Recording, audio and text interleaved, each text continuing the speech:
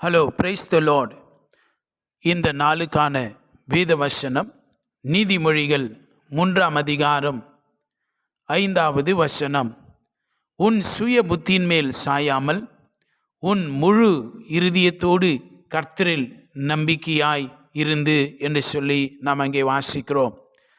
நம்மை அழைத்தவரும் ரட்சித்தவரும் ஆகிய தேவன் இந்த உலகத்தின் ஒவ்வொரு அசைவிலும் நமக்கு என்ன அவசியம் இல்லை என்று மிக தீர்மானமாய் அவர் அறிந்திருக்கிறார். God knows everything better than us. இந்த உலகத்திலே நாம் பார்க்கிற பொழுது the problem with this world, it doesn't fit properly into God's plan. இந்த உலகம் அதுக்கென்று ஒரு தனி பிளான் இருக்கிறது. ஏசப்பா சொல்றாரு, உனக்கு உலகத்து மாதிரியே ஒரு பிளான் இருக்குதா, உலகத்தின் ஜனங்கள் மாதிரியே நீ அந்த பிளான்ல போயிருக்கிறியா என்று சொல்லி தேவன் நம்மை பார்த்து கேட்கிறார். We were made to live with God, but on earth we live by faith. இந்த உலகத்தில் தேவனுக்காய் வாழ நீ அழைக்கப்பட்டிருக்கிறாய். அதுவும் விசுவாசத்தோடு நீ வாழ வேண்டும். நீ எப்பொழுதுமே அவருக்காய் வாழ வேண்டும். ஆனால் நம்ம எப்பொழுதுமே அவரோடு வாழ போகிறோம் நித்தியமா. இது ஒரு சின்ன ஒரு கேப்பில் தான் இந்த பூமியில் நாம் வாழுகிறோம் என்பதை தெரிந்து கொள்ள வேண்டும். எனக்கன்பான தேவனுடைய பிள்ளைகளே, God knows your end. தேவனுக்கு உங்களுடைய வாழ்வின் முடிவு தெரியும்.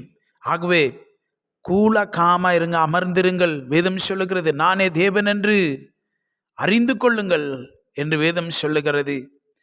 அதனால தேவனுக்கு எல்லாமே தெரியும். அவர் எல்லாவற்றை பார்த்து கொண்டிருக்கிறார். He watches over everything.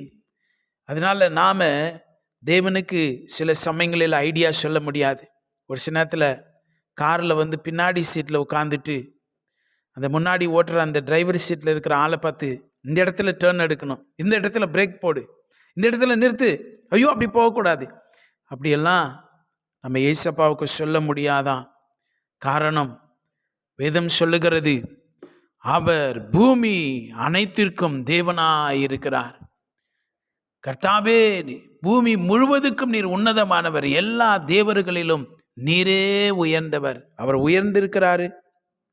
ஒருவேளை நீங்க நினைக்கலாம், என்ன இப்படி நடக்குது, என்ன இந்த காரியங்கள் எல்லாம் ரொம்ப ஸ்லோவா போய்கிட்டு இருக்குது, என்ன இந்த காரியம்லாம் சாத்தியமாகவில்லை, ஏன் எனக்கு நோய் நல்லாகவில்லை, எனக்கு மரண பயம் வருகிறது என்றெல்லாம் சொல்லலாம். கவலைப்படாதிருங்கள். God knows everything. அவர் தம்முடைய அதிகாரத்தை வெளிப்படுத்தவும், அவர் தம்முடைய ஆலோசனைப்படி நேர்த்தியாய் உங்களை நடத்தவும் அவர் போதுமானவராயிருக்கிறார். பயப்படாதிருங்க. ஈசப்பாக்கிட்டே முழுமையாய் உங்களுடைய எல்லா சூழ்நிலையும், தேவைகளையும், பிரச்சனைகளையும் சமர்ப்பித்து விடுங்கள். அவர் உங்களை வேலியடைத்து உங்களை பாதுகாத்து கொள்வார். நீங்கள் ஆச்சரியமான காரியங்களை நீங்கள் காண்பீங்க. ஒருவேளை நாம் நினைக்கலாம், ஏசப்பா என்னுடைய நிலைமையை அறிந்திருக்கிறாரா, ஏசப்பா என்னுடைய சூழ்நிலையை புரிந்து கொண்டிருப்பாரா என்று சொல்லி, ஏன் எனக்கு பதிலே வரலையே என்று சொல்லி. எனக்கு அன்பான தேவனுடைய பிள்ளைகளே, இன்றைக்கு அப்போஸ்தலனாகிய பவுலை போல நான் அல்ல, எனக்குள்ள கிறிஸ்துவே, அவரே எனக்கு எல்லாமா இருக்கிறார். பவுல் சொல்லுகிறார், நான் அவருக்காக நான் எல்லாமும் ஆனேன் என்று சொல்லி. அப்போஸ்தலனாகிய பவுலுடைய வாழ்க்கையிலே கிறிஸ்துவுக்காய் எல்லாவற்றையும் நான் விட்டேன் என்று சொல்லி கிறிஸ்துவே முழுமையாய் சார்ந்து கொண்ட அப்போஸ்தலனாகிய பவுலை போல நாமும் கூட இந்த உலகத்திலே வாழ தேவன் நமக்கு உதவி செய்வாராக.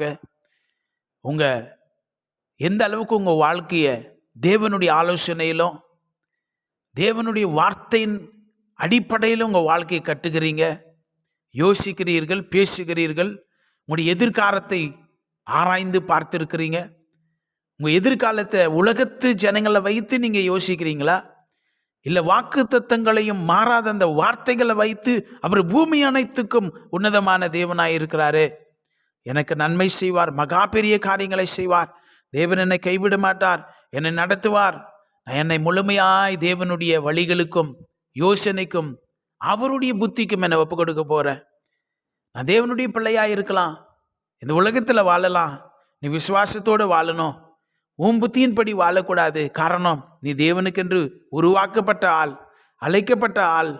அப்போ தேவனுடைய புத்தியின்படியே இந்த உலகத்தில் வாழ கர்த்தர் நமக்கு உதவி செய்வாராக.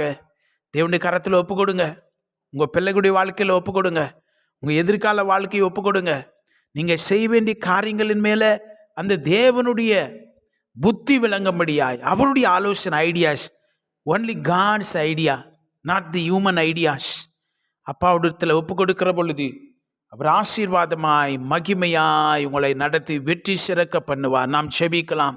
சகலவற்றையும் அறிந்திருக்கிற எங்கள் பரலோக பிதாவே, இந்த நாளுக்காய் ஸ்தோத்திரம். இந்த நாளிலும் நாங்கள் மனுஷிகமாய் இந்த உலகத்திலே யோசிக்காதபடி, ஆண்டவரே, உலகத்து மனுஷரை போலவே நாங்களும் கணக்கிடாதபடி சகலவற்றையும் அறிந்திருக்கிறவர், பூமி அனைத்துக்கு உன்னதமானவராயிருக்கிற எங்கள் பரலோகத்தின் தேவன், உயர்ந்தவராயிருக்கிறவர், எங்களுடைய வாழ்க்கையை முழுமையாய் நீங்கள் ஏற்று நடத்த வேண்டுமாய் செபிக்கிறோம். சுய புத்தியின் மேலே நாங்கள் சார்ந்து விழுந்து போகாதபடி, சுய புத்தியினாலே மாமிசம் எழும்பாதபடி, பரிசுத்த தேவனாகிய கர்த்தர் ஆலோசனை கொடுக்கிறவர், ஆலோசனையின் தேவன், எங்களை அதிகமாய் உம்முடைய கரத்தினாலே மூடி புதிய கிருபைகளை தந்து வாழ்வியலை தீர்மானங்கள் எடுக்கிறதுல ஆண்டவரே உம்மை சார்ந்து செயல்பட உதவி செய்யும். எங்கள் ஒவ்வொருவரையும் இந்த நாளிலே பலப்படுத்தும், ஆசீர்வதிங்க. இயேசு கிறிஸ்துவின் வல்லமையுள்ள நாமத்தில் செபிக்கிறோம் பிதாவே. ஆமென். God bless you.